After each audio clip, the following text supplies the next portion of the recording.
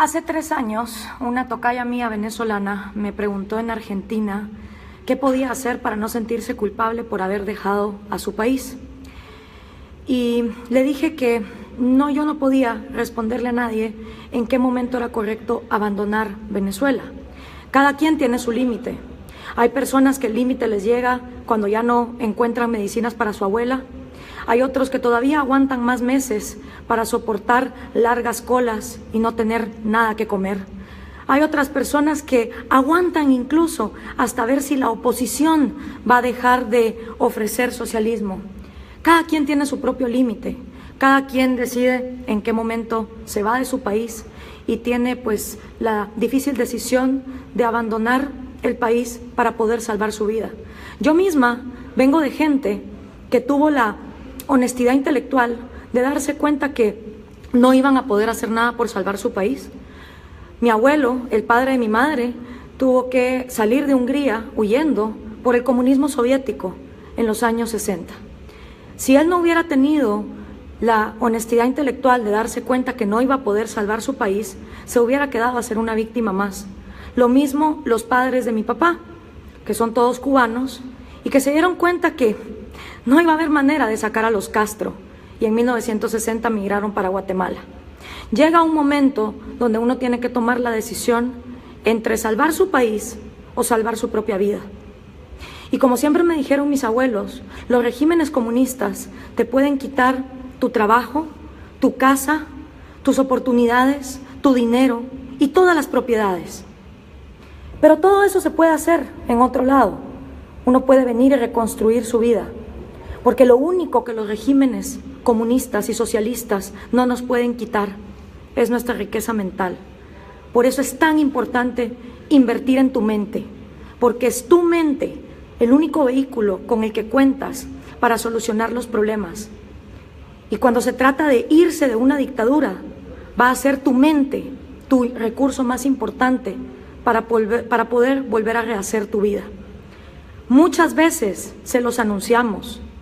Yo he sido una de las personas que más les ha dicho el peligro de tener una oposición que no tiene los pantalones para defender la libertad de mercado y la propiedad privada y que creen que los venezolanos son tan tontos y tan débiles que lo que están buscando es que alguien les ofrezca más socialismo. Yo misma les he dicho una y otra vez que no estaban viviendo bajo un gobierno, mientras hipócritas en la OEA y en la misma Guatemala, donde el año pasado los encapuchados recibieron en el Paraninfo de la Universidad de San Carlos de Guatemala con bombos y platillos al hermano del dictador Hugo Chávez, a Adán Chávez.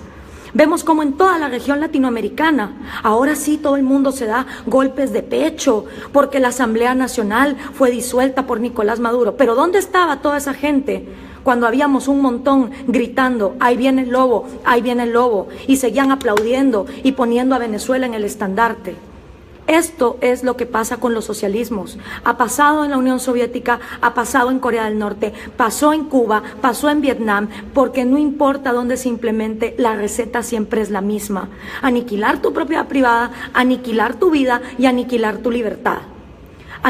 Lo único que me sorprende de toda esta situación es la gente que está sorprendida, la gente que se queda en shock al ver que Nicolás Maduro disolvió la Asamblea Nacional en Venezuela. Señores, hubo gente que se los estuvimos diciendo y advirtiendo, y hubo un montón de hipócritas en las organizaciones internacionales, en las fundaciones de estudiantes universitarios, de todas las universidades estatales marxistas, que seguían defendiendo Venezuela. ¿No creen que es un poco hipócrita que ahora se sumen a decir, uy, qué horror lo que está pasando en Venezuela, cuando pasaron durante años ignorando lo que estaba ocurriendo? E incluso decían que como era un régimen democráticamente electo, entonces los venezolanos se tenían que aguantar cualquier atropello. Yo no soy quien para decirles, este es el momento o lo fue antes. Cada venezolano sabrá lo que tiene que hacer. Pero yo les puedo decir que yo no existiría si mi familia no hubiera tenido la humildad de darse cuenta que no iban a poder quedarse a salvar el país. Si mis abuelos no hubieran tomado la decisión en 1960 de abandonar Cuba e irse a Guatemala, yo no existiría. Y si mi abuelo se hubiera quedado neciamente peleando en Hungría en los años 60, hubiera sido aniquilado en un gulag por la Unión Soviética. Llega un momento donde ya no quedan garantías de nada. Y yo no veo en la élite venezolana, que es la principal responsable de este caos, la élite académica, la élite cultural, la élite intelectual y la élite económica, no veo que tengan los pantalones de denunciar al socialismo como lo que es, un régimen que abusa de las instituciones democráticas para luego aniquilar la república, la división de poderes y sobre todo violentar los derechos individuales, porque el individuo es la minoría más pequeña que hay. Y no puede existir ningún colectivo que se diga defensor de las minorías cuando están dispuestos a violarle la vida, la propiedad privada y la libertad a la minoría más pequeña que hay, que es cada uno de ustedes. Así que les hablo con la experiencia de lo que les puedo hablar. En mi caso, yo no estaría viva si mi familia no hubiera tomado la decisión de darse cuenta que habían perdido su país.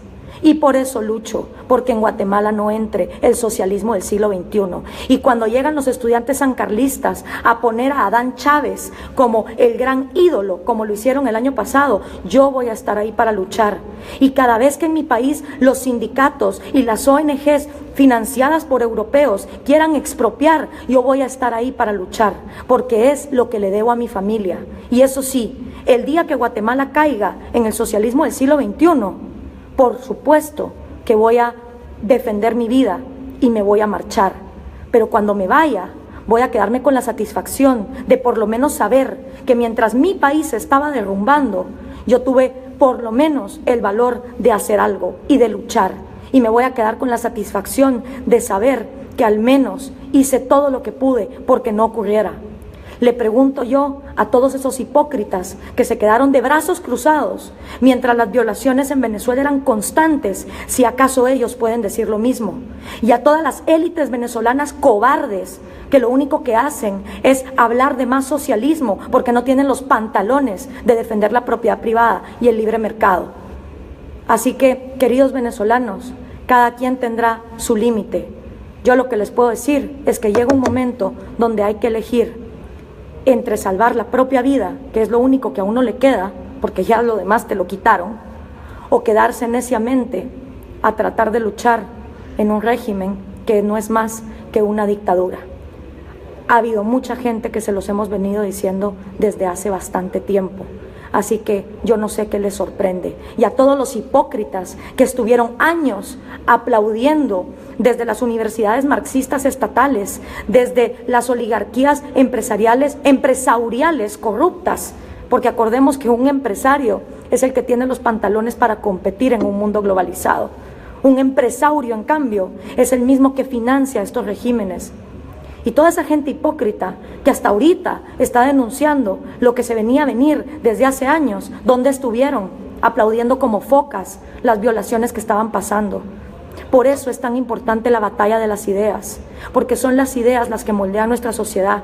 Y cuando nuestra sociedad se queda sin personas que defiendan las ideas de la libertad, de la vida y de la propiedad privada, entonces todo lo demás sucumbe. Echarle la culpa a los pobres, no, eso es de mediocres. Los pobres no hacen más que los mismos ricos, porque los pobres, a cambio de una gallina, a cambio de una bolsa de comida, venden su voto. Mientras los corruptos empresarios, a cambio de un subsidio, de un proteccionismo y de un arancel, le venden también su voto a esos gobiernos. El principio es el mismo. Unos lo hacen por una gallina, una bolsa de comida, otros lo hacen por un proteccionismo o un subsidio.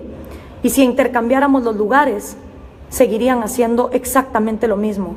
Un país se derrumba cuando sus élites son las que no tienen los pantalones de defender la libertad de mercado, la propiedad privada y los derechos individuales. Y en el caso de Venezuela es vergonzoso ver que no hay una sola élite que haya tenido el valor de separarse de defender el socialismo. Aquí están las consecuencias, se los hemos venido diciendo. Tómenlo en cuenta. y a todos los venezolanos, les comparto nada más mi experiencia para que tomen ustedes una decisión. Y eso sí, si se van a otro país, hagan el favor de no ir a apoyar a los mismos corruptos y al mismo socialismo que hundió su país. Si se van a ir a otro país, venezolanos, váyanse a defender la propiedad privada, a trabajar duro, a ganarse un lugar en las sociedades. Y en cambio, todos esos latinoamericanos que quieren joder nuestros países, donde todavía el socialismo no está gobernando, hagan el favor, agarren un avión y váyanse a vivir a Venezuela. Porque tal vez si cada quien viviera en el régimen que tanto defiende, entonces estaríamos en congruencia.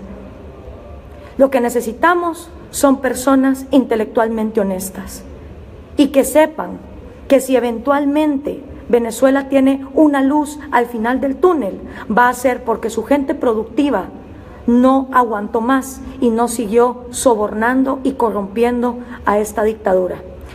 Estoy con ustedes, les deseo lo mejor. Yo en su lugar realmente tendría la humildad de decir, he perdido mi país, pero puedo salvar mi vida.